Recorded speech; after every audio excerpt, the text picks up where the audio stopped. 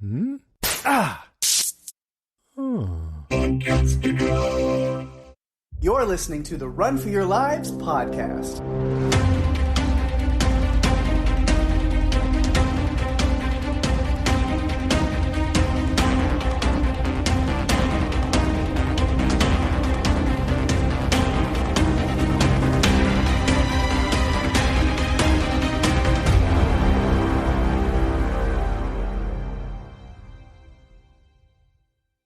Hey everyone, welcome to the show. I'm Daphne. And I'm Pake. And this is the Run for Your Lives podcast. This episode, we're talking about the dystopian action horror film, The First Purge. Not to be confused with The Purge, which was the first of the Purge series. But no, the fourth movie in the Purge series titled The First Purge. Directed by Gerard McMurray and released July 4th, 2018. Yes. I wanted to cover the Purge series. I've wanted to do it for a while. And when I knew that when we did it, I wanted to do it in the order of not when the movies were released, but in order of when things took place. And so the first Purge actually takes place in 2016, but the Purge, which is the first film in the franchise, doesn't take place until 2022. So I wanted to make it the chronological order. Yeah, I'm good with that. I've never seen any of these movies other than the first Purge, which is not this one, but the original, The Purge, that came out. I saw that one in theaters with some friends when it first came out because there's all the buzz about, like, what is this kind of concept, and I saw it and I enjoyed it, but I never watched any of the sequels. So as we work our way through this series, which we're not going to do like all of them back to back to back to back, no, we'll sprinkle them out as we continue on in this season and next season and whatever. I don't know how far apart we'll spread them, but yeah, we'll get through them. So I will be I'll be revisiting that first one, and then after that, it's all new for me when we get the rest of these. So it's kind of like your Tremors in a way. Where, I'd seen the first one and then, or you had seen the first one and then you're experiencing them all alongside me loving them. And it's the coin is flipped this time. It is. I'm excited though, because I was telling you before we started recording that I actually liked the second and third movies, which is The Purge Anarchy and The Purge Election Year, more than I liked The Purge. I can't wait to introduce you to them because they're fun. Like, as a horror movie, they're pretty well done and they're fun to watch. Although watching them, it gets uncomfortable sometimes because things hit a little too close to home with some of the stuff that happens, as it kind of did in this one, as far as things that were happening. But James DeMonaco does not shy away from including current events or, reinterpretations of current events. Yeah, social commentary. Yeah, he definitely, he doesn't shy away from that. So that's one of the things I like about this series is it does include those pieces. Yeah, there's definitely a lot of social commentary in here. Gonna go ahead and just say, I pulled some of my punches in my notes, but not all of them. So, I almost want to say I'm sorry if I offend you with my stuff, but I don't know, because if you're offended, if you're a person that takes offense to the people that I make fun of in here, then, I don't know. Maybe I'm not sorry, because be a better human. Yeah. Well, we'll talk about this more when we cover The Purge. But the cool thing about this series, too, is they only had a $3 million budget when they made The Purge, and it grossed almost $90 million, and that kind of blew people away, and that is what got this series kicked off, basically. Yeah. And so The First Purge is actually number 4 in the series. Yeah. Now, again, a lot of the social commentary in this movie, we'll talk about it to the best of our ability, try to be conscientious. Absolutely. The best that two white people can do talking about this movie, because this movie is a lot of commentary about, the black community and black culture, and unfortunately, me and Daphne do not have that background, so no. You know, we will do what we can, but we would love to hear from people who maybe have a little more introspection and stuff on that, for sure, if we get that chance. But for now, you're stuck with us. Yeah. This is definitely, when I think of Run for Your Lives and what we're trying to do on this podcast, it fits the genre types. It's one of the genre types that we're covering, but it goes beyond that because of the social commentary, and I like to think that as James DeMonaco doesn't shy away from it, neither do we. Mm-hmm. Like, we're going to do our best to tell it or to discuss this in the most tactful way possible. And right. Again... But I'm also going to be making jokes and making fun of people. He is. You can't hold Pake back. It's just not possible. Gonna take my jabs when I can. Yeah. I think I have a feeling when or what you're going to take jabs at, but we'll see. I'm not sure. Not 100% sure. Yeah. So it was interesting. I took one note before I even started watching at the very top. Before I even hit play, there's one note I have, because it's just, well, the Rotten Tomato scores are atrocious. So I'm either going to be pleasantly surprised by this one, or I'm going to have lots of jokes. Either way, it's going to be fun. Stick around and find out. Yeah. We all know, though, Pake, that you can't count on Rotten Tomatoes 100% of the time. You really can't. Yeah, no, you really can't. You can't. You don't know what... you can't... Everyone has different tastes. And so, according to Rotten Tomatoes, a lot of people did not like this movie. I don't know why they didn't like it. I didn't read any of the reviews. Maybe it hit a little too close. Maybe they didn't like it because it was kind of in your face at times. I liked it. I like this series as a whole, including the TV series, which we won't cover on this podcast, but I did like it. It lasted for 2 seasons. Well, I guess do what we usually do and get into it. Of course, before we start breaking it down, character by character, talking about stuff like that. It's been a while on this podcast. People know what to expect. You've got production notes. I've got a synopsis. We've got things. We got stuff and things here. Mm-hmm. Okay, so it was filmed in Buffalo, New York. As we mentioned, it's the 4th movie in the franchise, and it's a prequel to the trilogy. The first film in this franchise that James DeMonaco did not direct, but he did write it. He instead wanted to have a black director, Gerard McMurray, take the vision and interpret it. And do it justice. Which makes a lot of sense. Yeah. Yeah. He wanted to be authentic. I watched a couple of interviews that he did before we got on here to record this podcast. And yeah, he was very adamant that he wanted a black director because he wanted the authenticity. He did the very same thing with the Forever Purge, which touched on the Latino community in Texas. He went with an appropriate director to tell the story. That's good. So the budget for this one is $13 million. Gross box office is $137.1 million.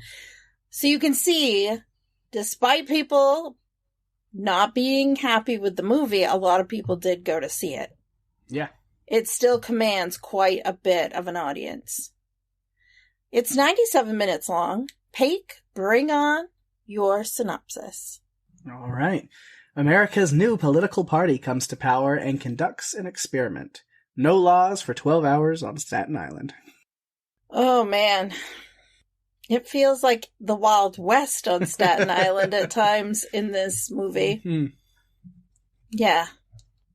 It's a bit crazy. One thing I want to point out before we start breaking into characters is I had missed this. I don't know how.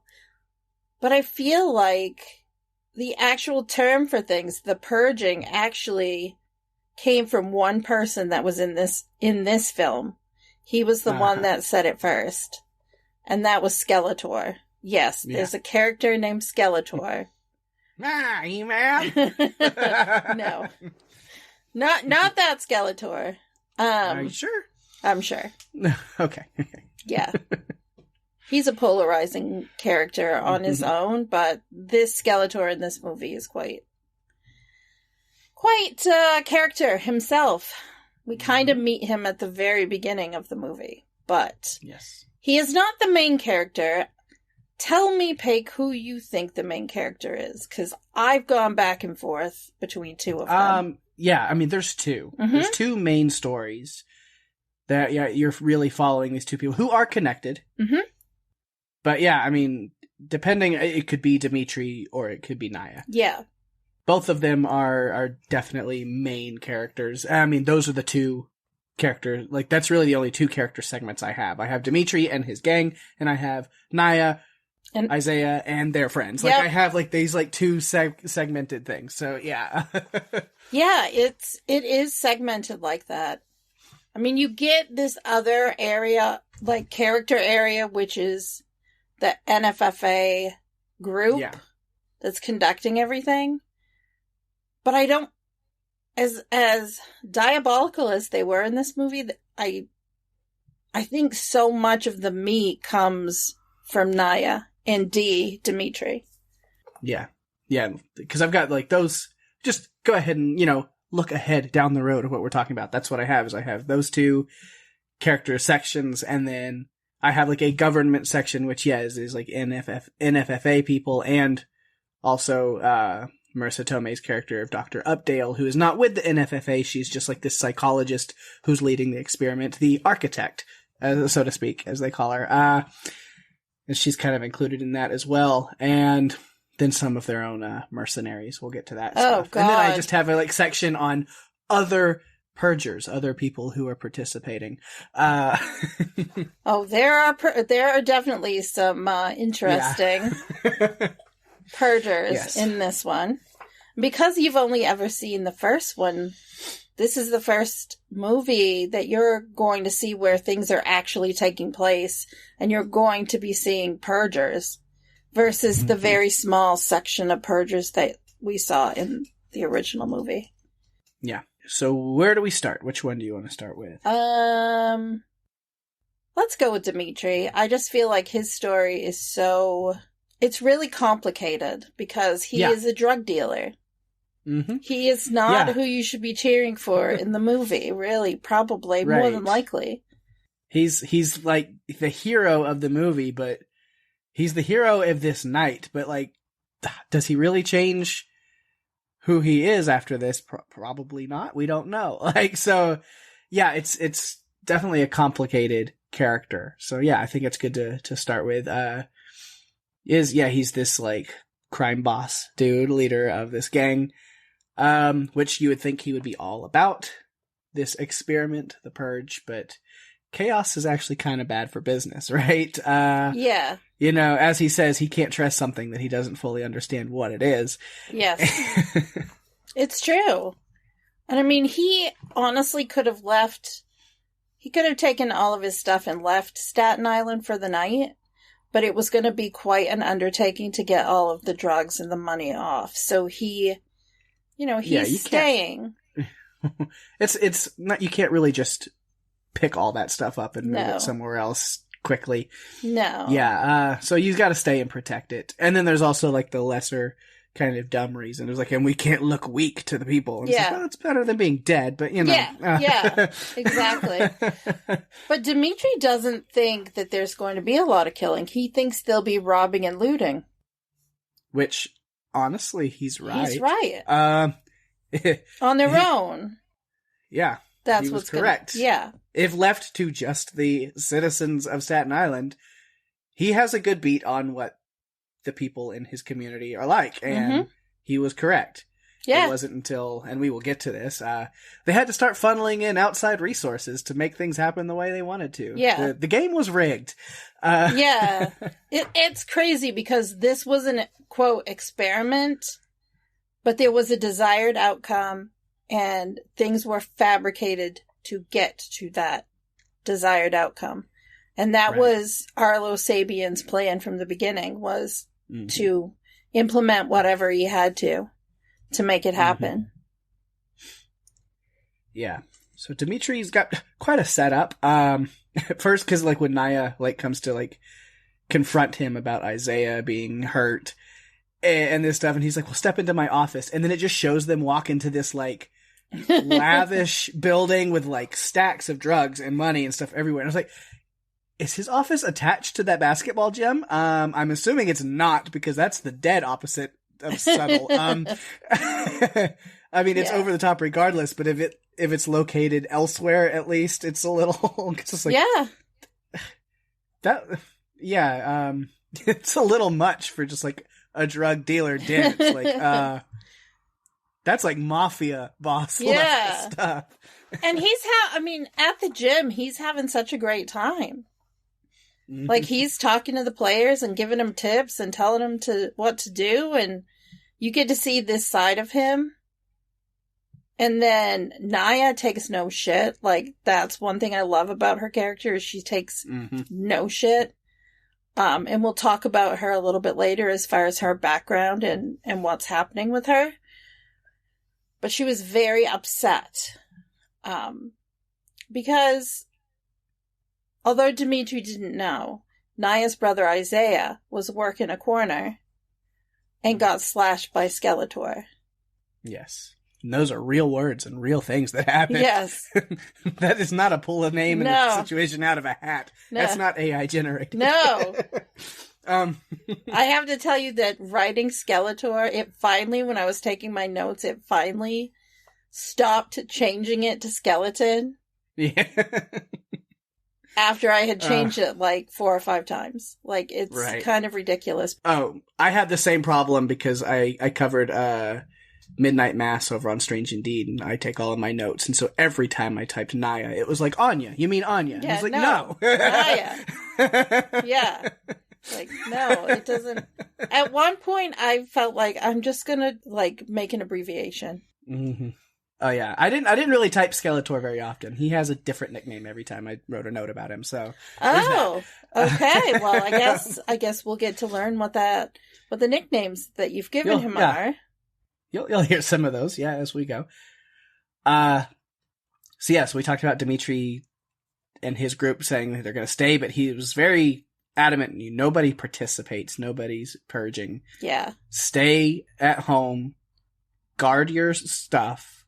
We're just going to keep an eye on our product, our money, and ourselves, our lives. Mm-hmm. Lock it down, get this night over with, and then business as usual tomorrow. Yeah. I think he was concerned that the police would take them out, because this is a great opportunity to take out their entire operation. Yeah. Legally. Either the police or, rival gangs, whatever it is. It's like, hey. Yeah. It's not worth the risk. But, of course, we get one of his guys, Capital A, and some other defectors, that are working under him that decide they are going to participate and even take the opportunity to turn on Dee if they have the chance to do so. And they take their opportunities there. By hiring a couple women of the night, as Seven gets some girls. I think it was Seven. Gets some. Seven got the girls, and these are girls that he knew. Like they've been there before. They're not new girls. They're girls that have been coming there. Yeah, and so that's going on, and then they turn on him and try to attack and kill him. Under orders from Capital A, who had promised them all kinds of money and all kinds of things.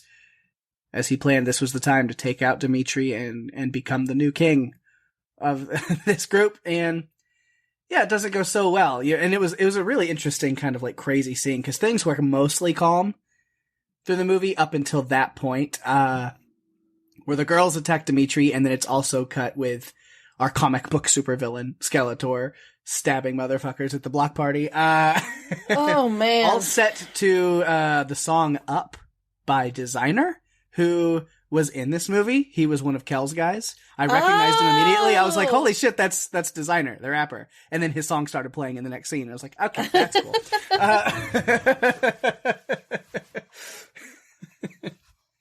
But yeah, doing those two major characters who were in hiding up until that point, then have to head out for different situations. Dimitri's going after Capital A because, I mean, that shit's not going to slide. You don't hire somebody to kill him and get away with it.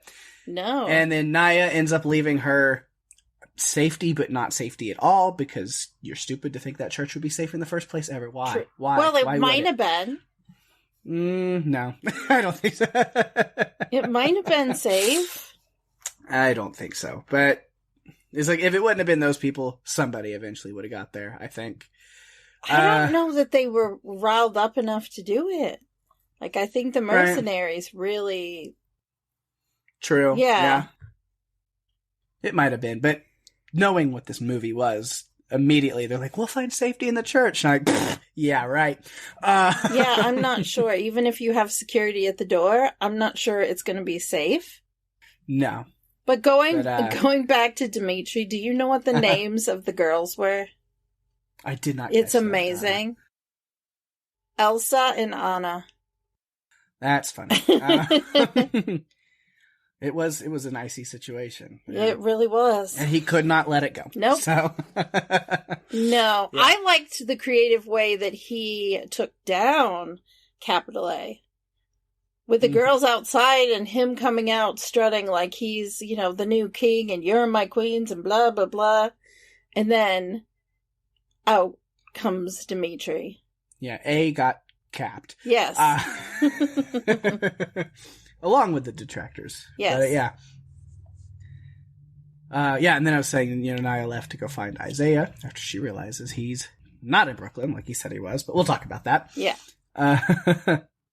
Yeah, so Dimitri and Seven, after that, are headed back when they get broadsided by a flaming ice cream truck, which is unique. I will appreciate that. D sure can handle himself, though. Gets out. Oh my goodness. These, mercenaries that were there. Like, dang. Okay. He does not die. He doesn't know how to die, right? I think he was starting to realize just how serious this was, that it wasn't just... he couldn't just go back home. Yeah. Because stuff was happening in his neighborhood that was going to change the face of it, really. Yeah, which is an interesting scene because, once he realizes, he puts the pieces together and realizes that these are international mercenaries that are brought in from the government in order to cause chaos and kill people and get the desired results from this purge.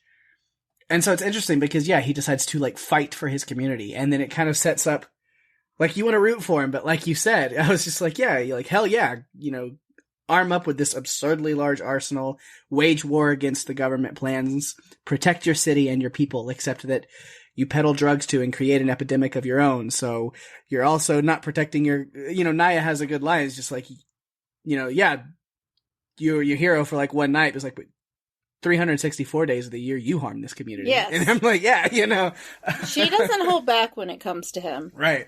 You could tell from the beginning they had a history, just couldn't figure out, how deep did it go. But little by little, you started to learn, she would say things that got you to the conclusion that you needed to get to. And was actually Lorenzo who noticed the ink, the tattoos. He's like, these are mercenaries. They're not supposed to be here. They don't live here.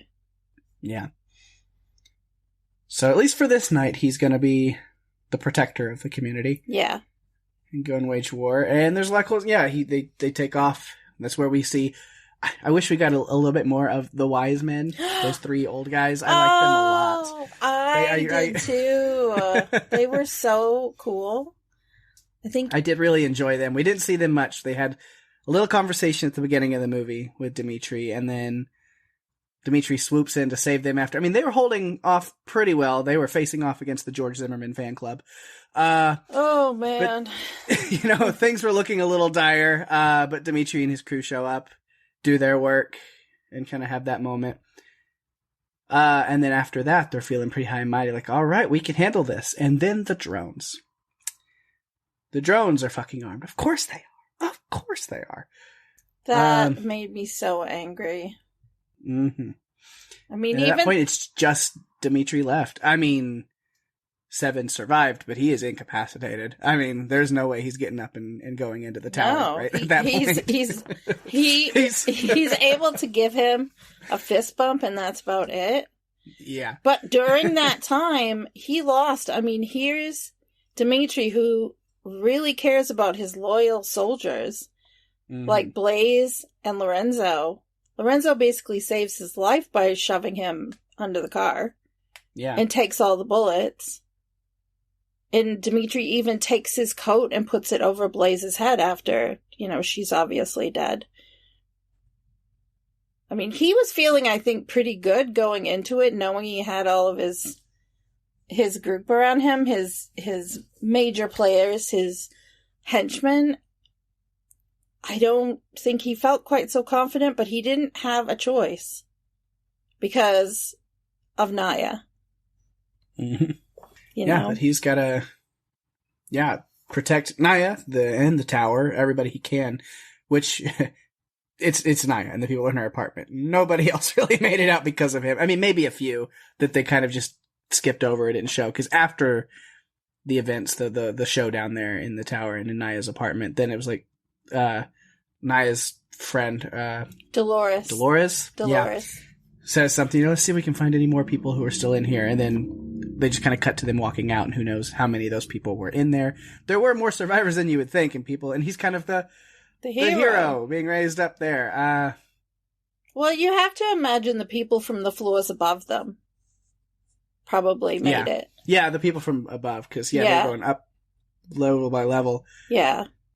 Yeah, which Dimitri, I wasn't sure exactly what it was that he shot, but he blew up something.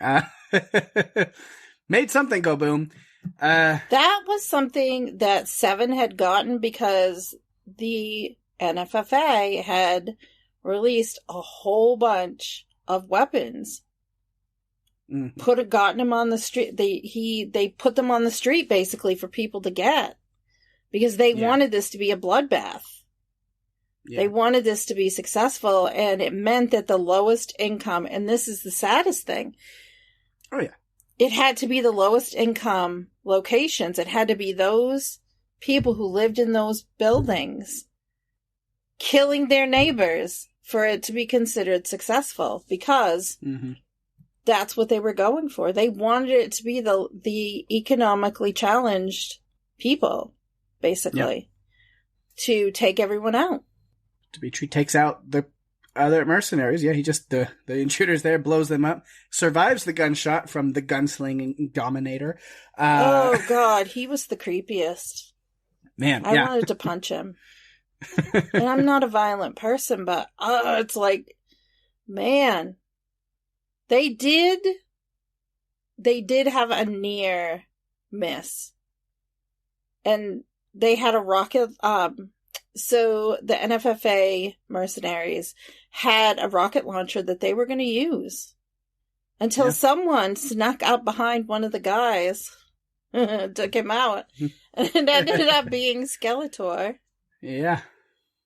Which gave Dimitri enough time to detonate the explosion. Yeah. We'll talk about Skeletor more in those other Purger notes. But yeah, I was, at that point, we hadn't seen him in a while, and I was just like, whatever happened to him? I'm sure he'll show back up. And I was like, oh, there's Scarface, a.k.a. Tony Montana. We got him. He's here. And he survives just long enough to take out a few and then get annihilated right after that. But that's fine. He just needed to... Probably best he's not hanging around. Yeah. Oh, my God, yeah. Creepiest. One of the creepiest characters I have ever seen. He just... Oh, my God. Yeah, I don't know if I can call him creepiest, because it was so over the top that it just became comical, honestly. Oh, really? But we'll talk about him later. Okay. But yeah, that's all that I have on Dimitri. We've covered his storyline there, unless you've got some more. I might have a couple of things. I really liked the conversation that Dimitri had with Freddy, Taz, and Sharpie. They were the three wise men, the three kings, or the three stooges, depending on what you want to talk about. Larry, Moe, and Jerry Curl. Yeah. Yeah. I liked they were having this conversation of the comparisons between, like, Staten Island and Ancient Rome, and, like, the neighborhood was becoming the Colosseum, and is it Christians or lions or gladiators or slaves? Like, what is this? Yeah. They were discussing what was happening. And again, I feel like at that point, Dimitri was really just this bystander almost. Like, he was just going to take care of his own business, his self, but he was also thinking about, he did offer to the wise men, if you need anything, let me know. Yeah. Just like he wanted Naya to come and stay with him at his place and didn't want her to be going somewhere else because of safety. Yeah. It's not like there have been like 2 or 3 purges. This is the very first one, and nobody could really expect what was going to happen.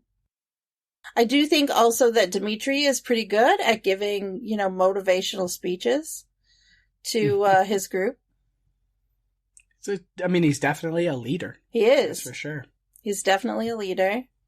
I think my favorite one was when he had everyone in basically the arsenal, and he says, "Our neighborhood is under siege, gentlemen, from a government who doesn't give a shit about any of us.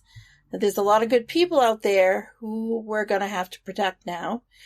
See, the NFFA forgot about one thing. They forgot about us. This is our home. Let's show these white-haired motherfuckers never to fuck with our island again." And I liked that.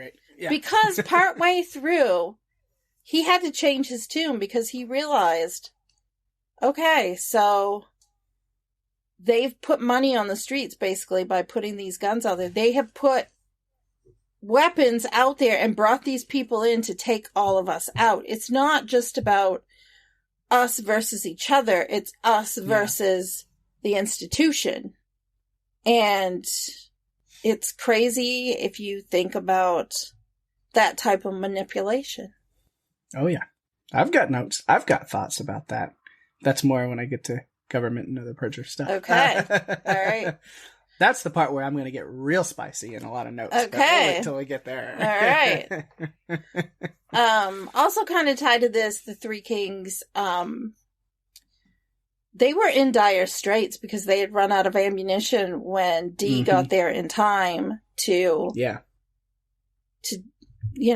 save the day, basically, because all they had were like a sledgehammer, and they had a knife, and they had a bat. And I think it was Taz had already been hit and had been shot already.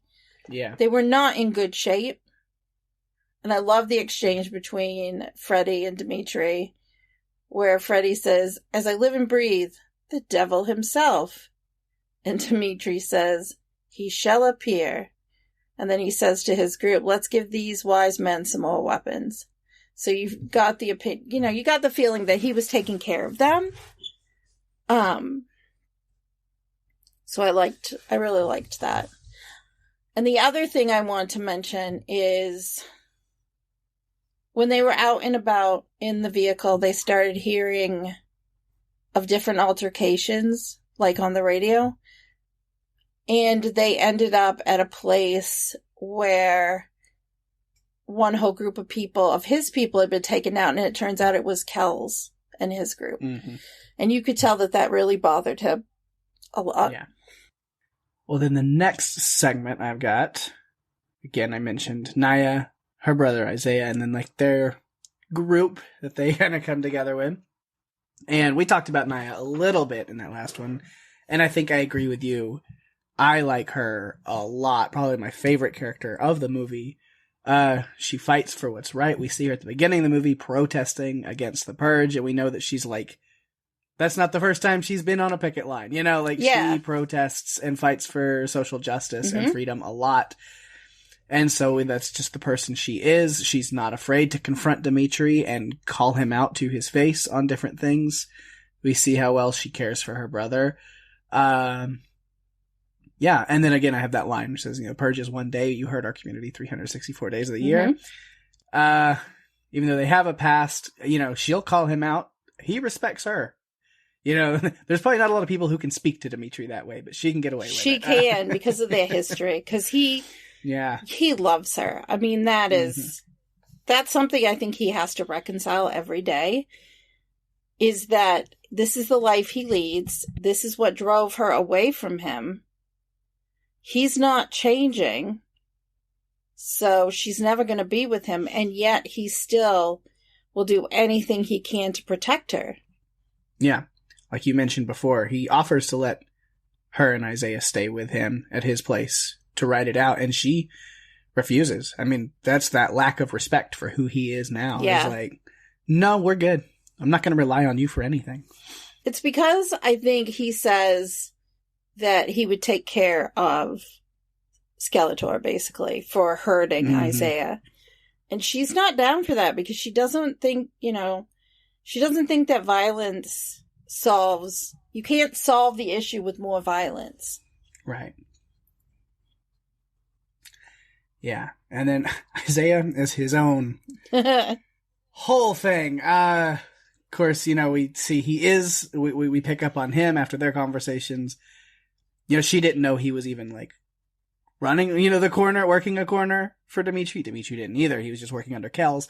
But, he was off doing that. And he's just he's in this situation. They are this, economic hurt. They are the poor people of this area, this low income people. And you get driven to these desperate times where it's I'm sick of being held down in this little box. And so, sometimes somebody's got to get their hands dirty to make the money that we need. Yeah. And Isaiah puts it on himself to be that person to where he's going to participate, because if we haven't mentioned this already, the NFFA has this situation where the people who stay behind get $5,000, but you also get more payment for actually participating. And so he's going to go all the way through, full participation, exploitation of the poor by a government that's mostly at fault, right? Yeah. It's rough. And, aside from the payment, there's the tracking chips, contact lenses that are recording everything. We're going full on sci-fi wackiness. It's crazy. It's crazy. And they have these contacts. And then I noticed this time that I watched it, because I've watched it a bunch of times, the contact lenses were different colors. Yeah. They weren't all light blue. And I wondered if that was based on some sort of system they put in place where they decided the ones that are the most serial killer or scary, or the ones that have the tendencies to commit acts of violence, they got red ones or purple, or I'm not sure. I don't know. Also could have just been random just for aesthetics.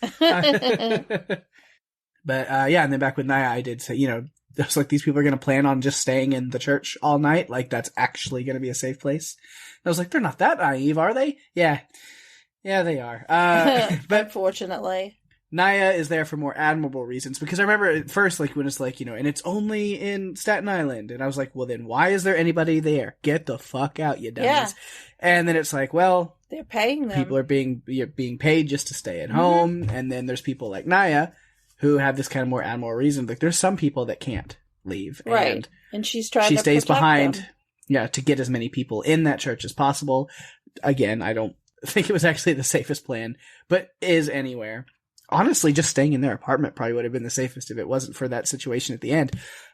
Yeah, and I think, honestly, that a lot of people, that was their plan.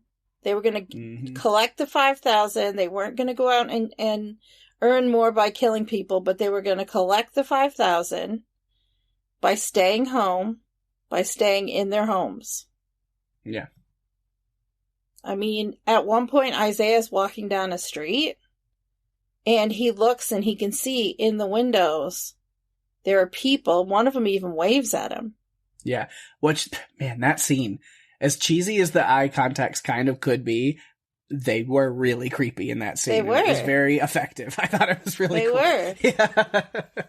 Yeah, I mean, he's walking down that street, and you look in the windows, and the rooms are all dark, because you wouldn't want anyone to know that you're home, but you see these glowing eyes. Mm-hmm. Yeah, it's a bit much. Yeah. And Isaiah lies to his sister about leaving to Brooklyn, because he doesn't want her to know. He knows she's going to be super disappointed in him staying and participating.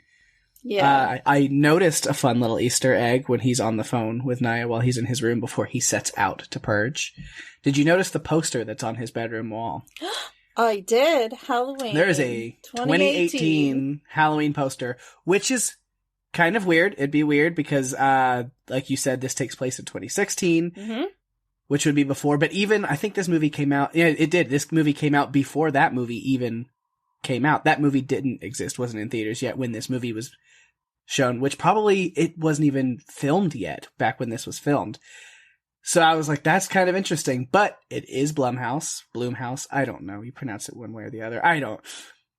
But yeah, Jason Bloom, whatever. So yeah, it is a Blumhouse production, and so they snuck their own little nod mm-hmm. into this movie about another one of their projects. It's clever. I enjoyed it. It is. This movie actually came out on July 4th, 2018. Mm-hmm. Yeah.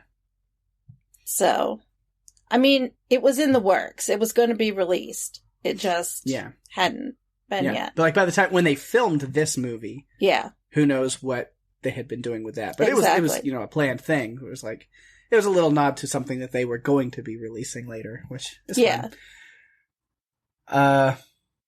The contact lenses, I've got another note. It's like, that's some unique merch. Kill for your government in style. I wear glasses. I didn't need them until a couple of years ago. I can't imagine trying to put contacts in. Like, I don't know if I could. I've never done it. I wouldn't know. And then out of all the people that they're in the church, I do recognize one face, and I was like, Lieutenant LaGuardia, what are you doing here? Get back to Miami where it's safe. Why are you in Staten Island in this church? It's not safe for her there.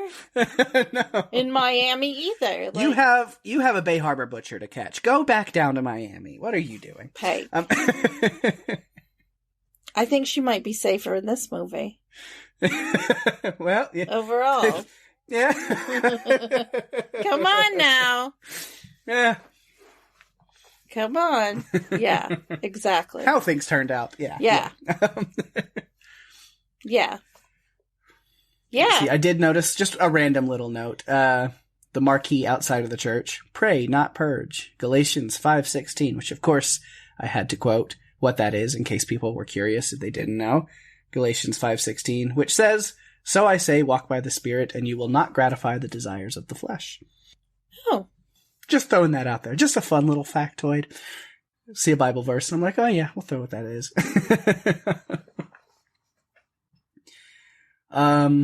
Isaiah goes to this block party with Kells and his people, which, again, I talked about. I called it the comic book supervillain Skeletor.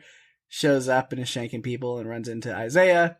Isaiah had a chance to take out Captain Extra, but he's not cut out for this, so maybe he should have actually taken the bus to Brooklyn.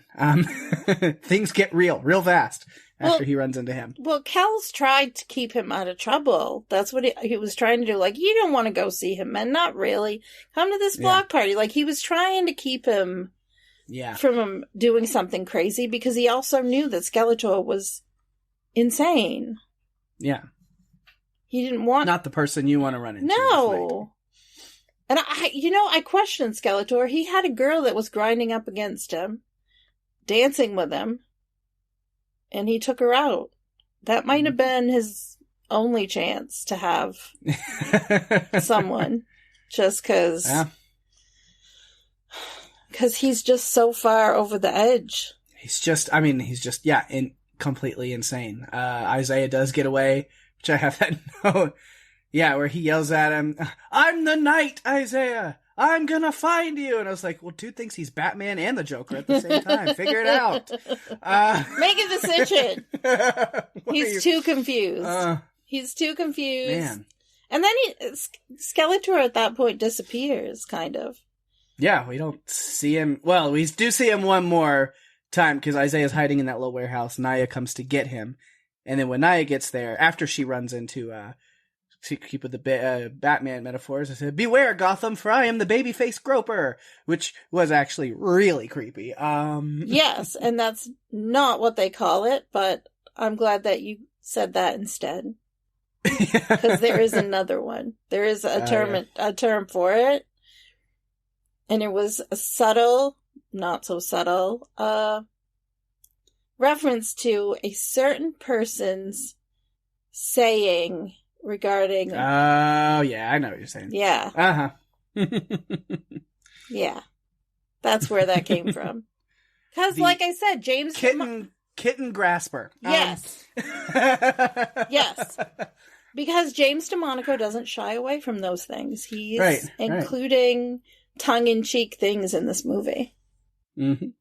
And then Isaiah makes probably the actual first smart move of the movie on his own, taking out the contact lenses. That will help you a little bit, not being seen, right? And then as he's out there, Naya's waiting for him to come out, and oh great, Sweaty Kruger's back. Because he did have these...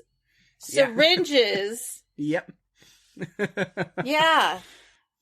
I told you I've got a different nickname every time he comes up. At one point, I was, when I was writing the notes about him going to the block party, I'm like, okay, he's got syringes on one hand and like he thinks he's Freddy Krueger, and on the other hand, he's got a huge knife like he thinks he's Michael Myers or Jason.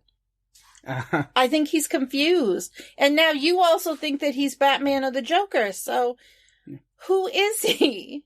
Really? I also called him Tony Montana. So there's lots of names for him. I said I didn't really type Skeletor very often. But yeah, Isaiah gives him a little slash and they run off. She wasn't fully unscathed, but I guess she's okay. It was a light throat slashing. She's fine. Yeah. It's fine. Yeah. In the same spot that he did that to Isaiah, too. On her neck. Oh, yeah. It's the same place. They go back to the church, which it didn't go well with that. No. I told you the church wasn't going to be safe. It's only a matter of time before motorcycle Nazis appear. This is America. Very sad. I mean, like I said earlier, I don't think anyone would have gone there and done anything to them. I don't. I think it was incited, unless they were incited by these interlopers who came into the town, were hiding out in some bunker somewhere. Right. Yeah. But they get there, they run into LaGuerta and her and her daughter Selena. Selena! That's a big thing for Texans. Yeah, you know what? James did it on when I watched the kill count. He said Selena says, which is a nod to the movie, right? Yeah. Yep. Yeah. But they get back to Naya and Isaiah's apartment, which I'm going to say you should not immediately turn on the lights when you get there. It would probably be better to make people think nobody's home. Yeah. Not that it would have mattered there at the end, but I hadn't seen this before. So when they walk in and Isaiah immediately flips the lights, I'm like, no, what are you doing? Stop. Bad idea. You need to keep the lights off. Come on. Bad idea. Click. Good idea. Click. Turn it back off. Okay. And then quick, stack furniture and mattresses against the door, because that'll stop bullets. No, but They were doing what they could with what they had, Pake. Yeah. A wise man said that first. Yes. But actually, yeah, they just wanted to slow them down so Naya can bust out her badass skills and shoot people down in the knees and their legs. And then we just got Shank City going on, take out several soldiers. And then Dimitri appears, takes out that one more, joins them. Of course, at that point they still had Captain Gimpstein to deal with, but you know. You know what he's actually called? Do you know? I don't. Okay, so let me clue you in. He's actually referred to as General Smiley. And his group are called the Smileys. Mm-hmm. I almost called them that, the smile, but except some of those faces were not smiling at all, so then I didn't. I think Chris used to play this game called Manhunt, and I think there was a group of, like a gang or something of, basically you had to fight, and I think they were called the Smileys. Mm. And I know they're not related, but when I was reading about this and earlier, that's what it took me to, was that game. It's an older PS2 game, I think.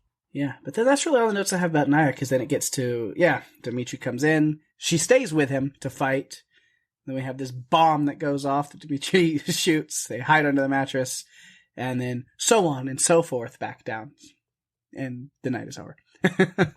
Yeah, well, I think it was Seven or Lorenzo that had gotten all of these weapons that were out on the street, basically. Mm-hmm. And there was, one of them is the thing that Dimitri actually threw out there for them to shoot, and it was an explosive. It's basically some sort of explosive that had been created. Because at one point, Dimitri's just like, we're just gonna take all this and go out and make a world of hurt for all of the mercenaries that are here. If you don't have any more notes about that, section of people, I do appreciate that Dimitri called Naya to tell her he was coming, so she knew that he was on his way. Yeah. But I also think that she was going to do what she had to do in order to survive, and they were doing okay, but they were going to die, I think, without his help. Yeah. But she looked relieved when he said he was coming. A little bit relieved, but she also knew that she had to do things.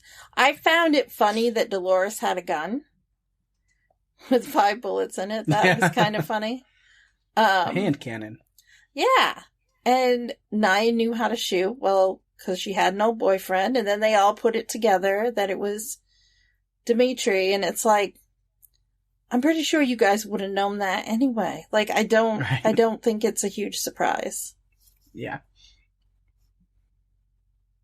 So, at the end of this, at this point, I was thinking, when the movie ended, I wish that maybe they would cover this maybe later on. But then I realized that the years that each of the movies takes place in, that in order for them to participate, I think Naya and Dimitri would be like 60.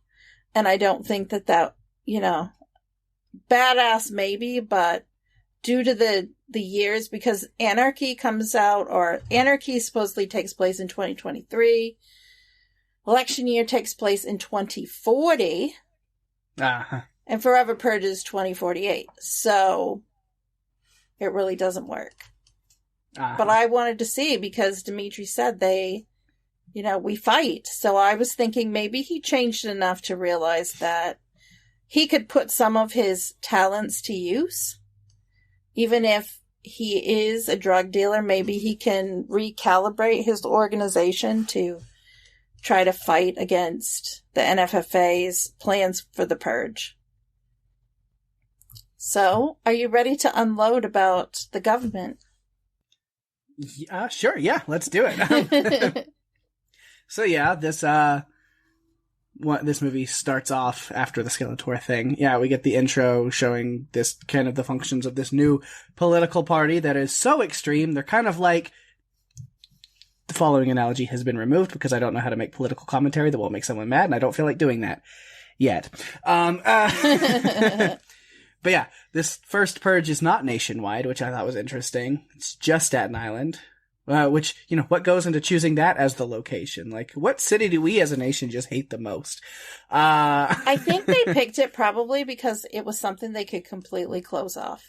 Yeah. And people couldn't run away. they'd have to stay there if they didn't get the last bus out.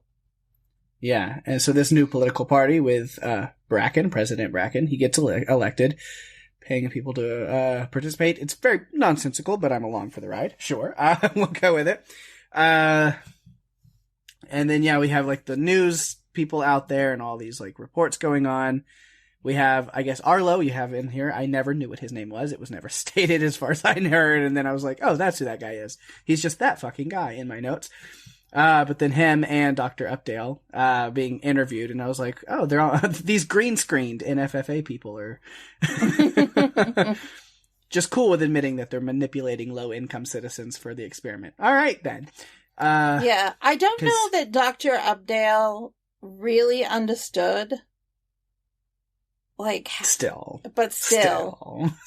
You create something, you have to know that when you're putting something together that it could be used for bad things. Mm-hmm. So think about that when you're putting it together. Yeah. Also, a political party is extra fashy when they have their own flags flying all over the place. Kind of like... Never mind. And... And then I'm like, Aunt May, Peter is so disappointed in you for being the architect to this experiment. Tony Stark is too.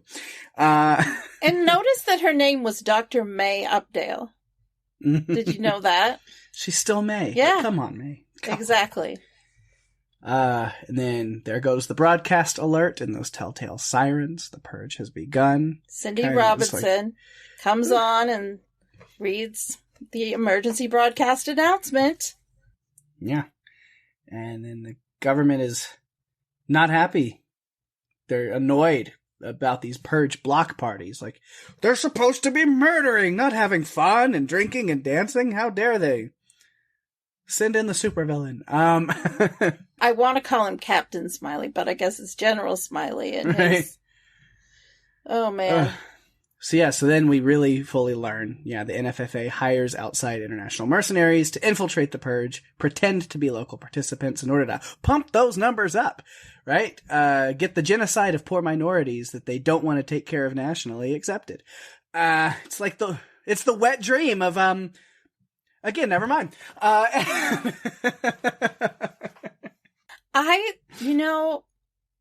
think Updale finally started to get it, though. Like, she's like, wait a minute, because she's a psychologist. She's thinking, wait a minute.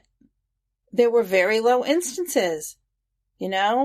This doesn't make any sense. And unfortunately... now she starts feeling bad about it. Yeah. I'm like, well, maybe you should have realized Project Murder Town was a bad idea from the start.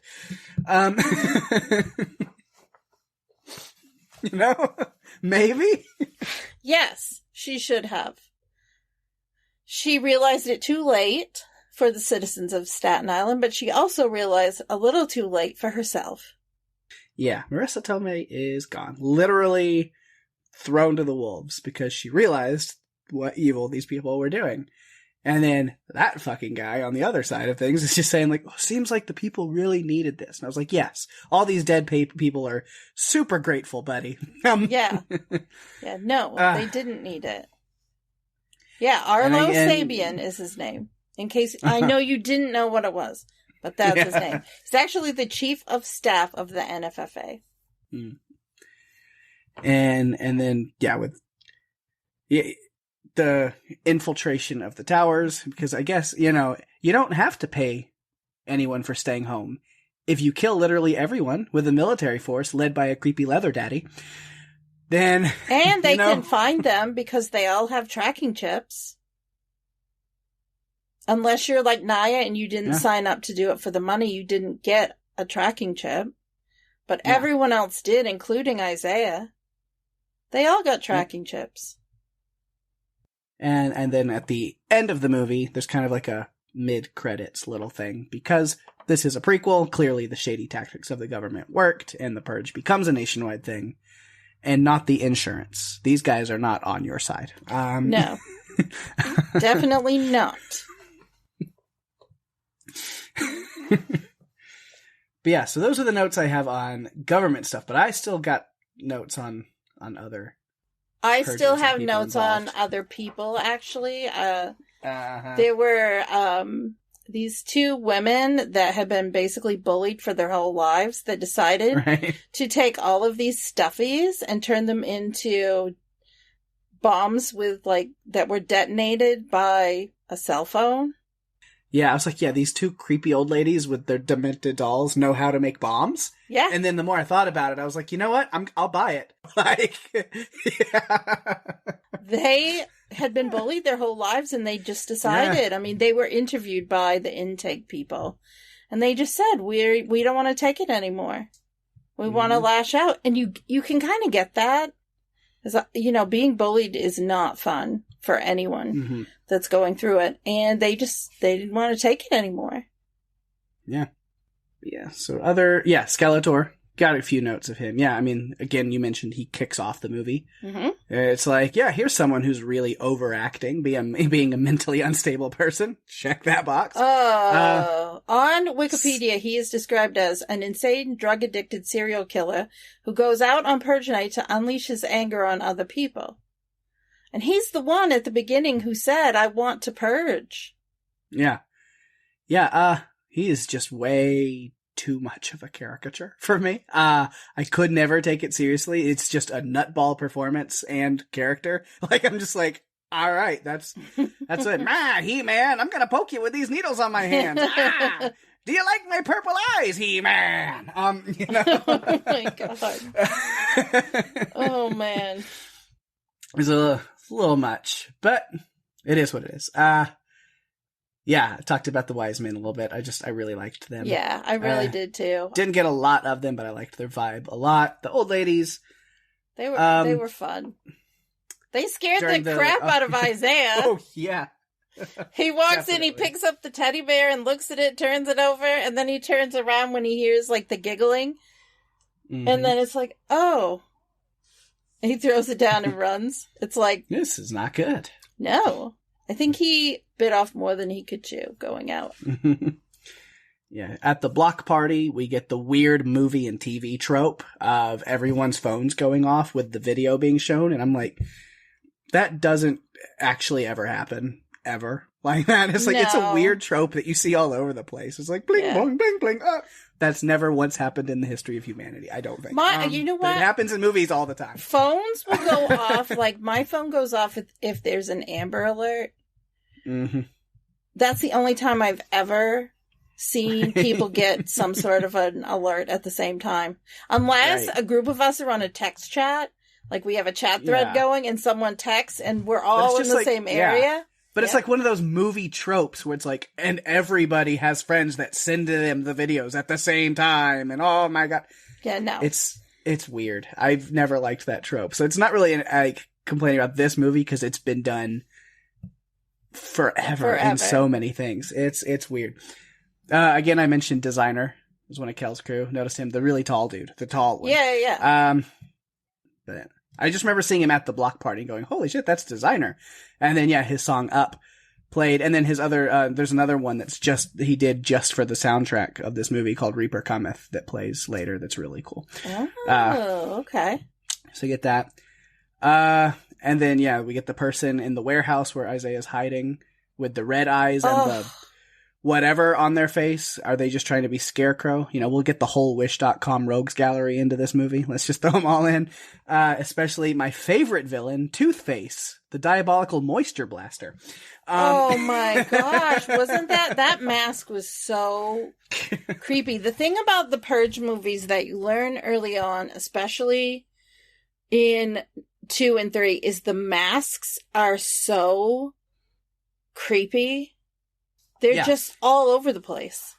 Yeah, and I have a note about that too. No, next, it's funny because I said I have to give the movie due that it's clever that they made the masks an organic thing that just happened and then that continues on through the series. It's Yeah, it's because people, even though they're going and doing something that is legal at that time, they still don't want people to know it's them doing it. Yeah. I found that, from a psychological standpoint, that's intriguing. Mm-hmm. Because it's still a person is torn between, I'm going to go do this. I'm going to go purge because I can and it's my right. But, ooh, I don't want anyone to see me because what if it comes up But after? it's going to be real awkward whenever my face is everywhere on Monday morning. Yes, exactly. Because we're in the age of social media. People are going to record things and it's going to be posted. It's how it works. Yeah. And then I saved my 2 spiciest notes for last, so hold on. We get the quick little scene on the baseball field, and I was like, well, that's really fitting. Oh. Police brutality, America's real pastime. Oh. And then, lastly, look at all the trucks of hooded people coming through. Must be a Ted Nugent concert in town. Anyway. Oh my God.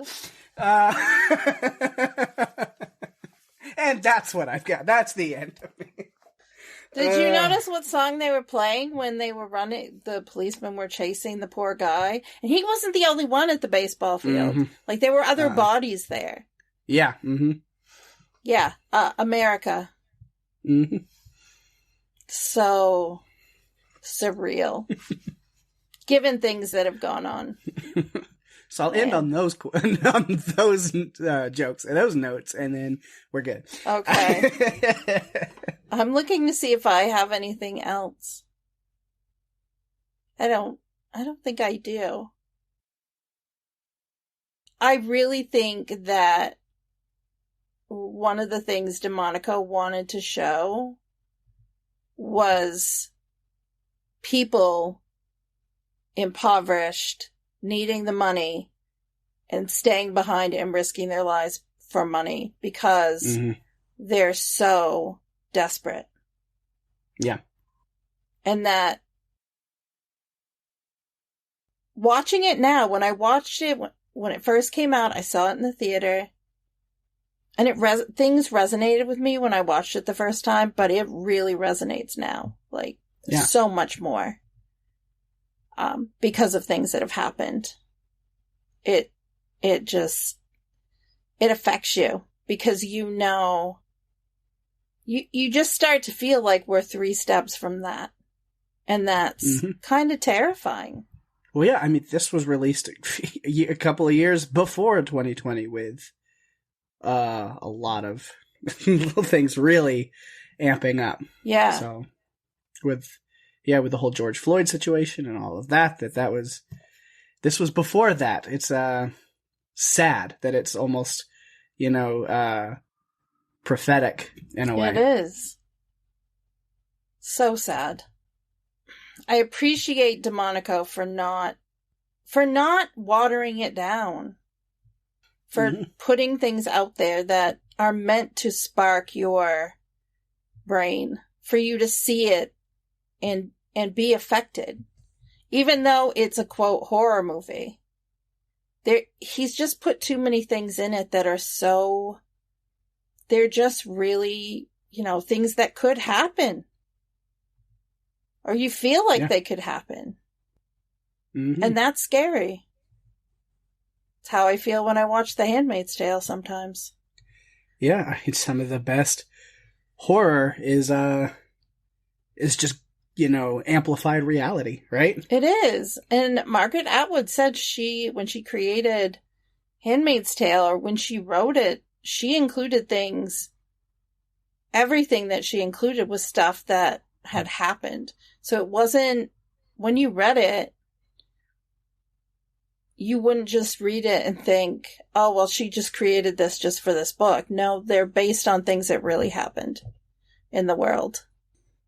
Well, I think we did it. We did it. Did it. Yay! This was quite covered it. Yeah, we did. I'll be interested to see if we get any feedback on this one, if there's any thoughts. Yeah, me too. I hope so. I want to know if people watch it now, or had watched it then and then watch it now, if they, have different thoughts than maybe the first time they watched it, just based on things that have happened. I know I did. So, I've got a few behind the scenes notes I think you might find interesting. Yeah, definitely. Not going to read the first note that I have, though, because we've already talked about the entire thing. Some of these notes are not purely related to this movie, but basically for the series as a whole. So James DeMonaco was inspired by real-life events when creating the series, including political antagonists. DeMonaco grew up in Brooklyn and Staten Island, and he lived in Paris for over 8 years. When he lived there, everything changed because he saw how the citizens of France have a different relationship with guns and violence than what we have in the U.S. He basically put a microscope on his own life, and he became obsessed with the differences. Mm-hmm. I already mentioned that he passed the directing torch to Gerard McMurray because he wanted it to be an authentic voice and felt that a black director would bring the story to life in the appropriate way. He and his wife, who's a doctor, were almost killed by a drunk driver in Brooklyn. And in anger, his wife said, "I wish we could all have one free one, a murder, a year," which is something that helped inspire him in creating The Purge. Mm-hmm. After creating the original trilogy, DeMonaco wanted to show how the U.S. became accepting of the first Purge night and that concept. So one of the first promotional posters for this movie showed a red cat with the motto, "The First Purge." That refers to something similar that's been used in the election campaign of someone who was running for a high-level political office. Sure, yes. Actor Rotimi Paul, who played Skeletor, rode the New York subway to his audition for the role of Skeletor in full costume makeup. Interesting. Yeah. And finally, a sixth film is under development. I'm not sure what it's going to be yet. The only thing that I have heard is that they want Frank Grillo to reprise a role from a prior film in the series. So we'll see. Not sure. Well, I guess I'm along for the ride. You are. Whether or not I want to, but I kind of want to, so it's okay. We're good. All right, good. Because I'm trying to bring you on this ride like you brought me on Tremors, which is what you said earlier. Be interested to get to all the other ones down the road at some point. Yeah. Oh, and there goes the feedback phone. Almost is on, call. I feel like right. There's AI involved with that feedback phone. I know. It just knows. Pick it up. Let's see. All right, we do have a couple pieces of feedback this week. However, they are not for this movie. That's okay. We all thoughts about this movie have been purged from people's brains. No, yes. No, but we do have a couple of feedback, leftover feedback, or feedback that came in a little late or was seen late for last week's episode of Jaws 2. So since you sent it, we're gonna read it. And I think you'll go first. So Ginger Martinez says, "I absolutely love Jaws. Jaws 2 in particular because it's a tad cheesy and the gasoline explosion scene on the boat with the water skier is hilarious. Every time it's on TV, we all watch for that scene and never fail to crack up hysterically. Jaws 1 is definitely one of my all-time favorites. Thanks for the pod." Awesome. Thanks for the feedback. I feel like we did point that out. Like, it's like she's pouring the gasoline on herself on purpose. Like, it's kind of strange. Yeah. And then we have one from Lisa Edmonton Walker, who says, "I have a special love for Jaws 2, since they filmed part of it near where I grew up. I remember reading about the casting call for beachgoers. Yes, I'm old. I got to see the shark on a dock in a massive crate where my uncle had his boat at the time, and I loved the hotel where they filmed some of the scenes. It's also got some awesome cheesy moments and some pretty scary ones." Thanks so much, Ginger and Lisa, for sending in your feedback. Yeah. We really appreciate it. And if you'd like to send feedback in like Ginger or Lisa, you can do so a number of ways. You can find us on Facebook and Instagram at Run For Your Lives Podcast. You can find us on Twitter at RFYL Podcast. Email us at runforyourlivespodcast@gmail.com. And if you're enjoying the show, tell your friends. We are available on Spotify, Apple Podcasts, Stitcher, pretty much all other podcast players, including YouTube. Go to runforyourlivespodcast.com for all the links you'll ever need, and give us a review on Apple Podcasts, as that's the best way to share the love and get us out there even more. We really appreciate it. Yes, we do. Absolutely. And speaking about sharing the love, I've got some shout outs to things going on in the podcast universe around us.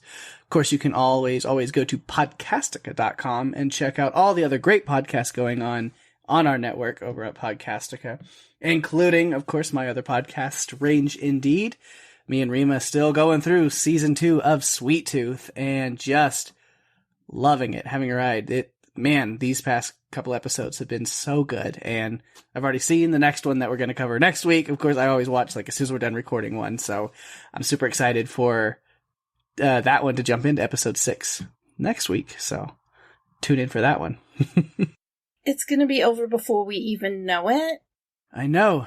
There's only 3 episodes left for us to cover of Sweet Tooth, but then we're able to slide right into the next thing we're covering. So I'll go ahead and announce that because it's been announced on the Strange Indeed socials and stuff as well today. Me and Rima, after our coverage of Sweet Tooth, we will be sliding right into the returning season 6 of Black Mirror on Netflix. Love it. Oh, I'm so excited. I love Black Mirror so much. I'm glad it's back, and we're ready to tackle these new episodes as bleak, dark, twisted, disturbing, maybe heartwarming. A little bit. Sometimes they give us that. Yeah. It depends. Whatever Charlie Brooker's got in mind. So, yeah. Yeah. I'm excited. But yeah, we do know where we're going after season 2 of Sweet Tooth. So Black Mirror coming up. So if you're a fan of Sweet Tooth and you've been listening, thanks. Keep checking it out. This next episode's going to be great. Or if you want to check out Sweet Tooth or watch it and you haven't listened, also check those things out. And then if you're a Black Mirror fan, then stay tuned to Strange Indeed coming up in the next month. Within the next month, we'll be jumping into that. So it's going to be so awesome. I'm excited. I've missed that show so much. There's just so many emotions with the episodes because they're all so different. Yeah. And the cast of this, I watched the trailer earlier, and just the people who are in this season. Yeah. Holy crap. Yeah, they always pull in the big guns. Somehow. Yeah, there's going to be some really cool stuff, so I'm excited. And, of course, other shows going on in Podcastica right now, even though a lot of stuff is wrapping up. Marvelous Miss Maisel just ended, so there's a Perfectly Marvelous podcast. If you want to go back and listen to all their coverage of this final season, they were covering that there. And then also, Yellow Jackets Season 2 just ended, but you have put up your coverage of that final episode, plus some feedback episodes been coming up this week. Yeah, it's, we got a ton of feedback, let's just say. We had to split the feedback episode into 2. So the first one has been recorded, and Alex joins us for that one. And the second one will be recorded probably early next week. It's been a fantastic season. The finale was a little divisive for some folks, and we had a great conversation about it, and it was cool to get the fans of the show and our podcast. It was great to get their thoughts on everything that's going on. So, yeah, it was great. Yeah. Full transparency, have not watched the finale yet, but I think that's on the docket for tonight when we're done here. So yeah, I'm interested in what you think. It's overdue. I need to watch it. Yeah. I personally thought they did a fantastic job. There were some things that I wasn't as crazy about, but they were very few. I thought so much of it was really well thought out. And you'll have to let me know what you think. Oh yeah, for sure. And then, of course, the other great dark twisted show that's running right now, also in its season 2, is the MGM Plus show From, which, man, that show's been great. Again, I'm an episode behind, but I'm going to catch up tonight if I got some time. And yeah, I'm excited for that one. From has been awesome. You can check out the coverage of that on the What Is From podcast with Alex and Liz.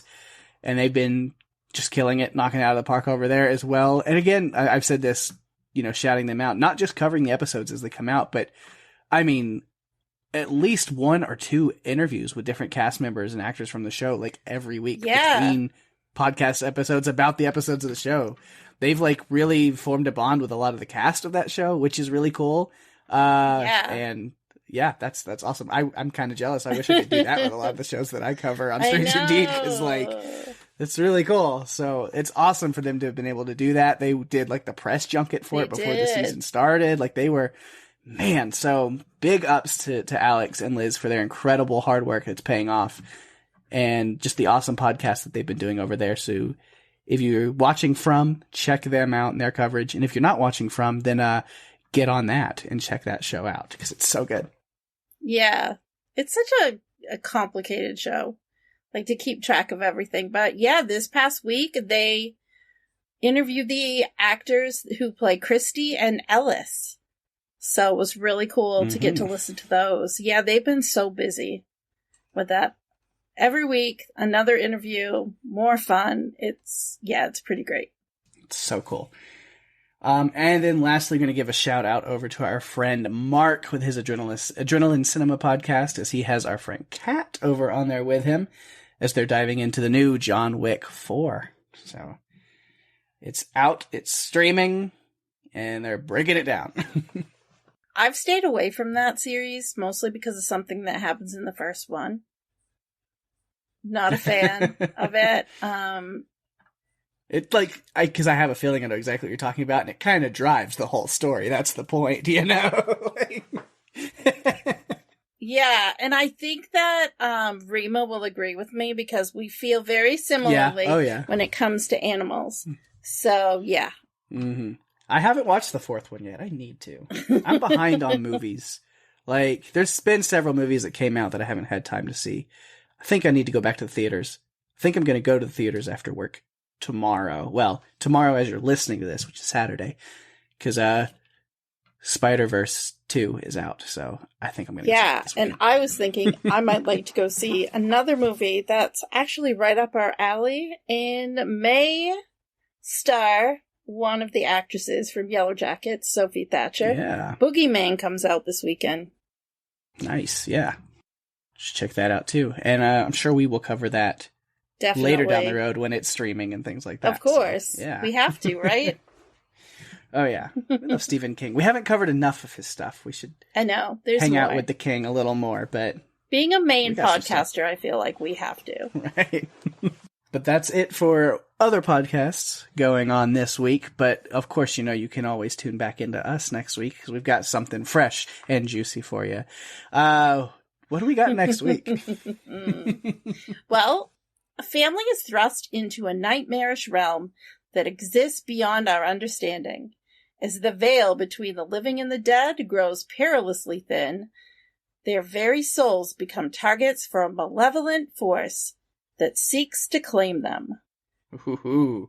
We are discussing James Wan's 2010 film, Insidious. Yes. We're tiptoeing through all the tulips to get to this movie. Are. It's been a while. It's like it's been a while coming, I feel like, because it's one of my favorites. It's been there for a long time, and it's just one of those that, like, you think about it and I'm surprised, like, we haven't covered Insidious yet, so we got to do it. You know what's funny too is Pake is now, every time I'm asking him what should we cover next week, he's saying Insidious 2, Insidious 2, Insidious 2. Yeah, it's kind of funny.